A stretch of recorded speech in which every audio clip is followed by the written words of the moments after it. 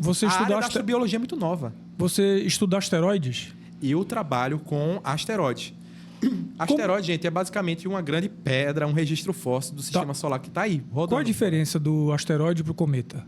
Certo. Os dois, basicamente, são considerados para a astronomia como pequenos corpos. Realmente porque ele não é o tamanho de um planeta, ele se chama pequeno corpo. Um grande corpo são os planetas.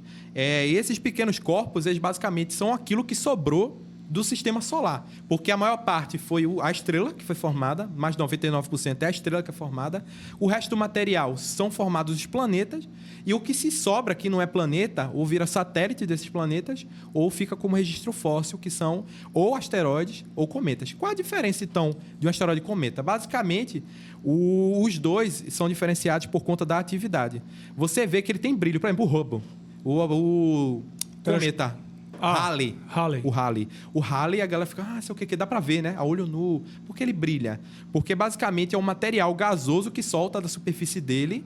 E como ele está sendo aquecido, está se aproximando do Sol, esse material se volatiliza, se explode lá. E esse gás, ele tem, devido à temperatura, ele começa a brilhar. Ele gera uma coma, uma cauda. Então ele é visível. Ele tem material saindo dele. O asteroide não tem. Ou esse material está muito preso dentro da superfície dele, o gelo, que basicamente são gelo de gás carbônico, CO, por aí vai, que fica preso pela camada de terra, de solo.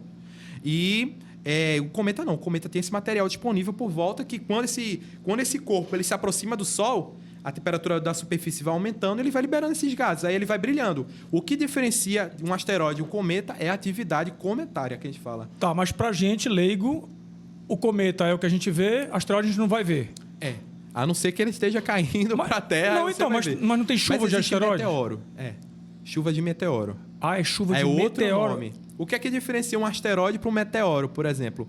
Um meteoro, basicamente, é quando um asteroide, que geralmente é um objeto grandão, os mais assim, pequenininhos que estão se excluindo agora tem 50 metros, 40 metros, 30 metros, né? Mas só que tem uns grandões de quilômetros que estão por aí. E quando esse material ele se fragmenta, ou por rotação, ou por alguma coisa, ou ele se aproximou de um planeta e se fragmentou, esses pedacinhos ficam lá, orbitando, e quando o planeta se aproxima dessa região, esses pedaços de material caem na atmosfera. E esse material, quando cai na atmosfera, essas pedras, pequenas pedras, entram na atmosfera e viram meteoros. Estrela cadente. Que a gente chama de estrela cadente. Os Então você está cadentes. fazendo um pedido, geralmente as crianças fazem pedido para um pedaço de pedra que está caindo no céu. E de que é formado o meteoro? É o quê? É um mineral que a gente conhece na Terra? Sim, basicamente são materiais ou de silicatos, que são... Silicato? Silicatos é como se fosse silício. Areia, certo. Tá entendendo? São de areia, de pedra, mas tem também material que é formado de material metálico. Existem asteroides que são 100% basicamente de... Pode ter manganês, sim, mas a maioria é ferro e níquel. É mesmo, cara. Inclusive, lá no Rio de Janeiro, tem o museu. O museu lá, nacional, tem na sua entrada um baita meteorito, que é uma outra nomenclatura, meteorito. Um baita meteorito todo metálico, meteorito é muito... É muito nome, né? Pequeno, né? É um meteoro que cai. É basicamente o meteoro que cai. Só. Olha aí, tem umas imagens, né? Eles, graças a Deus, Esse é o Vesta. Né? Inclusive, o Vesta é um bem interessante, valeu pela imagem aí. Vesta é o quê? O Vesta é o nome desse... Do meteoro? Desse asteroide. É um asteroide. Ele é um corpo que está lá vagando, orbitando, ele é um asteroide. Ele fica orbitando... Se ele vier em colisão para um planeta, ele vira um meteoroide, que depois, se ele entrar na atmosfera, vira um meteoro, e se cair no chão ainda, se tiver no chão, é meteorito. Então são fases, né? São fases. Meteorito é aquilo que a galera acha. Tá entendendo? Que a galera viu, caiu, vamos lá caçar. Que realmente a galera paga caro, velho. Material de fora de espaço. Se você negócio encontrar...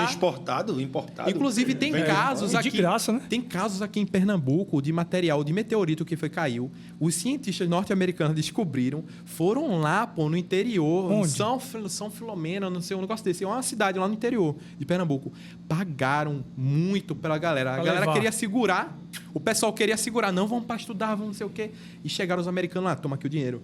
E a galera vendeu, cara, porque a galera precisava, né? Claro. Esse material meteorito é muito caro, para estudo. Claro. Inclusive, Vesta, que é esse gigantão aqui, e ele brilha muito no céu para um telescópio, ele tem estudos que mostram que a composição dele é variada, ou seja, ele tem um núcleo.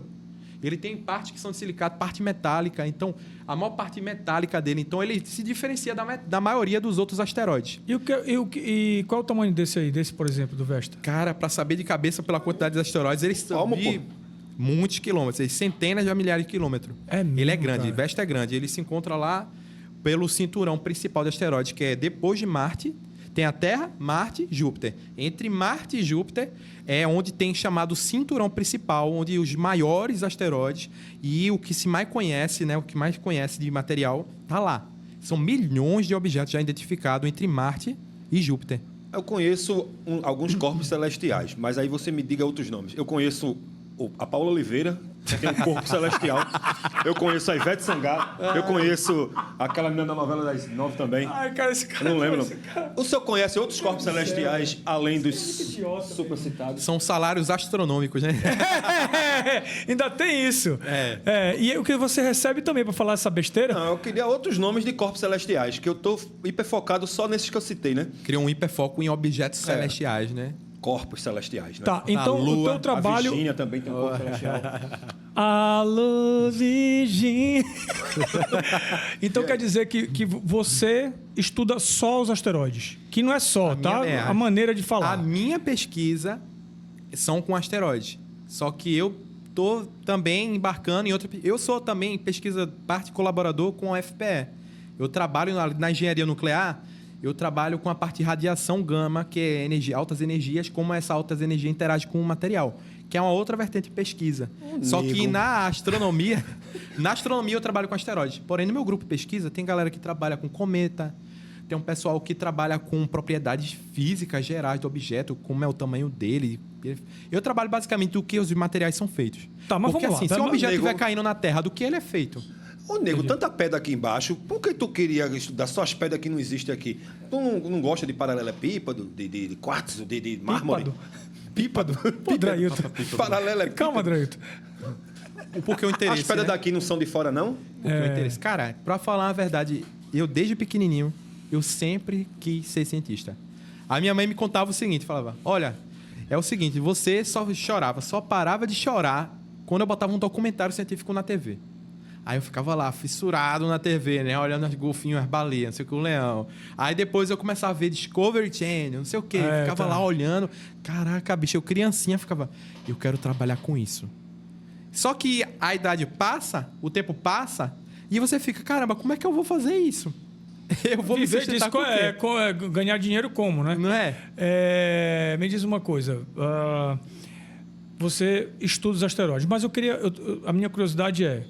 De que forma você estuda os asteroides? Obviamente, me parece óbvio, é observando. Mas como é, por exemplo, o tatuador vem aqui, bota tinta, bota aqui, papá, botou dentro, a gente sabe como é.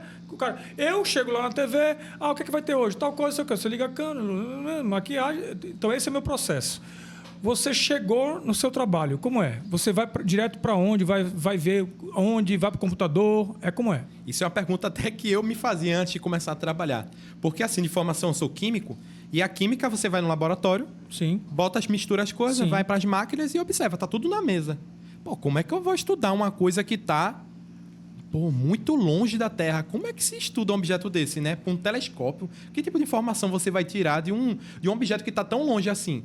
E eu me fazia essa pergunta, né? Então, quando eu comecei a trabalhar com astronomia, eu comecei a entender. Eu trabalho na parte observacional, que a gente não faz mais feito o Galileu. O Galileu colocava o telescópio, botava o olho lá e realmente via fazer as anotações. Só que hoje em dia a tecnologia avançou e a gente não precisa mais ficar olhando, colocando o olho lá no telescópio, não. A gente tem computadores. Os nossos olhos agora são câmeras. São sensores que são chamados de CCD, que basicamente são como o sensor da câmera para tirar foto. E eles são grandões. E você coloca lá na saída do telescópio, na lente dele, e ele vai fazer esses registros. Então, o astrônomo observacional, ele trabalha com imagens, tá entendendo? Você vai registrando imagens, você pode fazer vídeo juntando essas imagens e você pode variar os tipos de análise. Você pode colocar filtro na lente, mudar as cores para saber como esse objeto brilha com a cor tal, com não sei o que, vai juntando as informações. E, através disso, eu consigo saber a composição do material. Porque se eu sei que a curva dele, nessa cor, ele emite mais nessa cor, emite menos naquela cor, no visível, no infravermelho, eu vou obtendo informações sobre a característica desse objeto, E a partir de estudos que a gente faz na Terra com meteoritos, que são objetos pequenos que caem na Terra, ou grandes também, que tem um meteorito gigantesco, se leva para o laboratório, eu analiso o meteorito X, um metálico, um carbonáceo, um material assim, e faço lá no laboratório as distinções. Existem muitos meteoritos diferentes, de natureza química diferente. E eu vou pegando a informação da luz que eu tenho no telescópio e vou comparando. É uma coisa básica. Você vai botando um do lado do outro o espectro, que é a luz, né? Então você não olha pro telescópio assim? Não, isso eu acho que seria muito exaustivo, hein? Se você passar 12 horas, porque assim, como é que eu trabalho?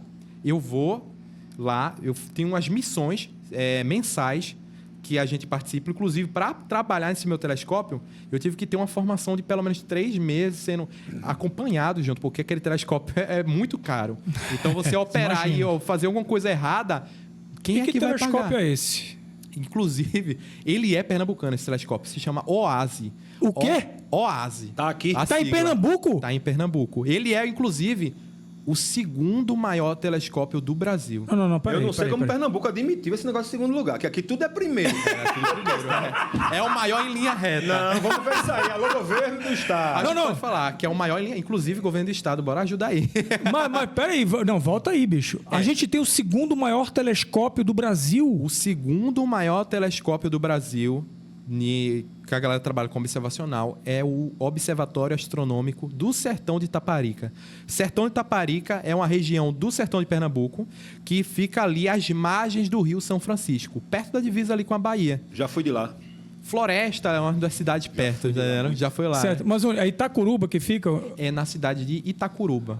A cidade de Itacuruba é, inclusive, uma das menores, se não a menor cidade de Pernambuco. Tem pouquíssimas pessoas habitando lá. Cara, eu acho que ninguém sabe dessa informação. Inclusive, Itacuruba foi uma das cidades que foi inundada.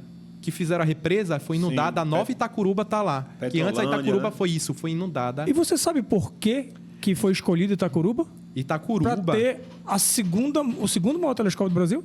Isso. A localização de Pernambuco é muito estratégico, porque as condições climáticas que existem ali no sertão de Pernambuco são uma das melhores que se tem no Brasil. Porque não tem nuvem, né? Não tem. Quase não chove lá. O lá é deserto. Tipo assim, tem poucas pessoas morando. Ou seja, tem pouca poluição luminosa. Lá quase não chove. É pouca chuva. Existem estações que chove alguma coisa, mas a maior parte do ano é seco, quase não chove. Então, alta visibilidade. Ajuda muito, né, cara? Quando você vai, inclusive, Flávio, você vai ser muito bem-vindo se você aparecer lá. De noite, dá pra ver a Via Láctea completa, a olho nu. Você chega lá, tá tudo apagado, a olho nu você olha pro céu e vê a Via Láctea toda. A estrela...